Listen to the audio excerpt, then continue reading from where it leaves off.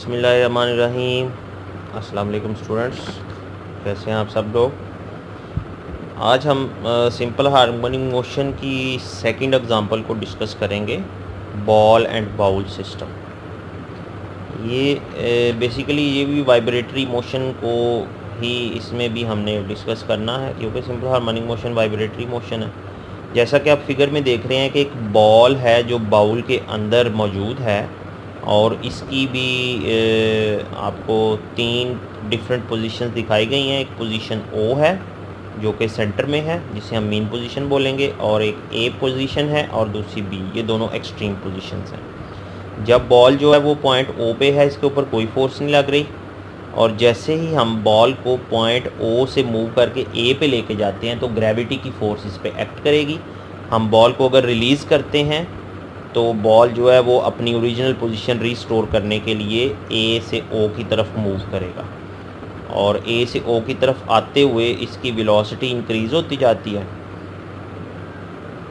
और पॉइंट ओ पे ये जो बॉल है ये इनर्शिया की वजह से रुक नहीं पाता, और ये मूव करता हुआ पॉइंट बी पे पहुंच जाता है। और पॉइंट बी पर जाते हुए इसकी जो वेलोसिटी है वो डिक्रीज़ होना शुरू हो जाती है, और पॉइंट बी पे जाके वेलोसिटी बिल्कुल ज़ीरो हो जाती है, और बॉल जो है वो फॉर अ मोमेंट रुकता है, और फिर पॉइंट बी से ये रिवर्स ओ की तरफ आना जो है वो शुरू कर देता है, और फिर इसकी वेलोसिटी जो है वो इंक्रीज़ करना शुरू कर देती है। तो इस सारे प्रोसेस में अगर आप देखें तो बॉल हमेशा अपने आप को ओ पोजीशन की तरफ ही लेकर आना चाहता है। तो इसका मतलब बॉल जो है वो वाइब्रेट कर रहा है पॉइंट ओ के गिर्द।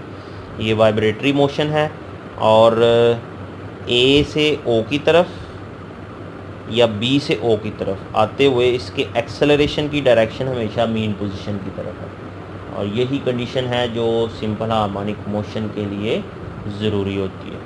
तो हम कह सकते हैं कि बॉल की जो बाउल में मोशन है ये वाइब्रेटरी मोशन है, जिसको हम सिंपल हार्मोनिक मोशन कह सकते हैं। तो इस तरह से हम जो है वो इस एग्ज़ाम्पल को भी सिंपल हार्मोनिक मोशन की एग्ज़ाम्पल के तौर पे कंसीडर कर सकते हैं। होपफुली आपको बेटा इसकी समझ आई होगी। अगर कोई क्वेश्चन हो, कन्फ्यूजन हो, तो आप मुझसे ज़रूर पूछें। Thank you. अल्लाह हाफिज़।